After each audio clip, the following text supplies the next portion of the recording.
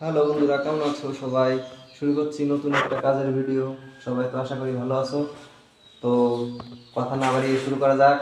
আজকে নতুন ভিডিও কিভাবে ফ্লোরে টাইলস পাতানো হয়।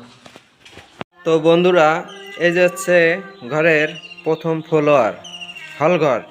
তো শুরুতে আমি কি করছি, এইখানটায় আগে কর্নারটা ভেঙে নিয়েছি। যেহেতু ঘর কম বেশি ডায়কোনা থাকে, এদিক থেকে আমি একটা এসির মাপ দূরত্ব 2 ফুট 600 আর কি, 2 ফুট তো থাকে না, 600-তে আমি লাইন দড়িটা বেঁধে নিয়েছি।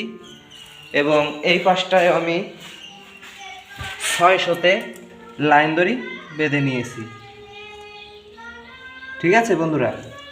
তো এরপরে কি করছি, যেহেতু এইটা ফলোয়ারের সামনের দিকটা, তো এইখানটায় কোনো কাটা ফাটা টাইলস দেওয়া যাবে না। তো শুরুতে এইখান থেকে আমি এইখানেও 600-তে লাইন সুতা বেঁধে নিয়েছি। আবার পরবর্তী এই অপর সাইডে এখানেও আমি 600-তে লাইন সুতা বেঁধে নিয়েছি। তারপরে সুন্দর করে এটাকে লেবেল করা হয়েছে। ওকে বন্ধুরা, এখানে যে বালি মশলা তৈরি করা হয়ে গেছে, এখন ঘোলা তৈরি করতেছে।